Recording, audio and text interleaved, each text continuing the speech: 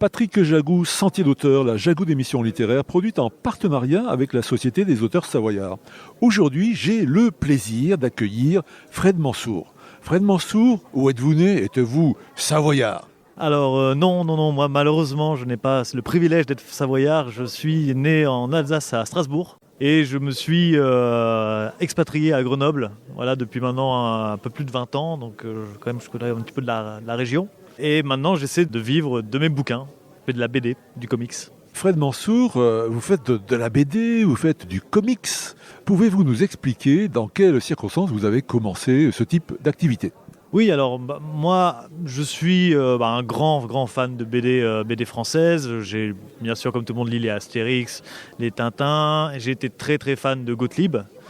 Voilà, donc les fils glaciales, ce genre d'humour-là. J'ai aussi découvert l'humour américain via les dessins animés comme les Simpsons, South Park, Rick et Morty, ce genre de choses.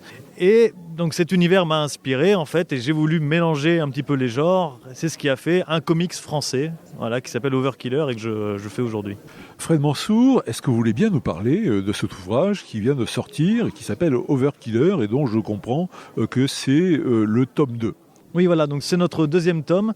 C'est un projet sur lequel on travaille avec le dessinateur Rodolphe Bax, qui lui est réunionnais, donc on bosse en télétravail.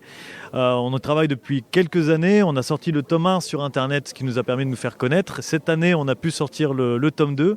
Donc ça parle d'Overkiller, qui est, comme son nom l'indique, un tueur qui en fait trop, quelqu'un de très exubérant, qui va affronter des mafias extrêmement caricaturales. Donc dans notre tome 1, il affrontait, à l'aide de la mafia française, il affrontait la mafia russe. Donc mafia française, c'était des mimes qui se battaient avec des armes imaginaires. Les Russes, c'était des gros communistes saoulés à la vodka.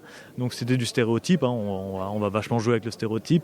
Et dans le tome 2, on a Overkiller qui va affronter la mafia gay. Donc là, on va très loin dans le stéréotype. On a des personnages plus fabuleux les uns que les autres.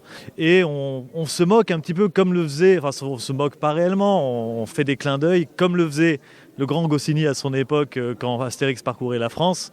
Donc on joue à fond sur les stéréotypes, on en crée nos personnages et ça nous permet d'avoir à la fois les histoires d'action, parce qu'on parle quand même de tueurs à gages, mais aussi beaucoup d'humour. Chers auditeurs, nous parlions aujourd'hui de l'ouvrage de Fred Mansour, de Rodolphe Bax et de Gaëtan Georges, intitulé Overkiller, publié aux éditions Uppercut.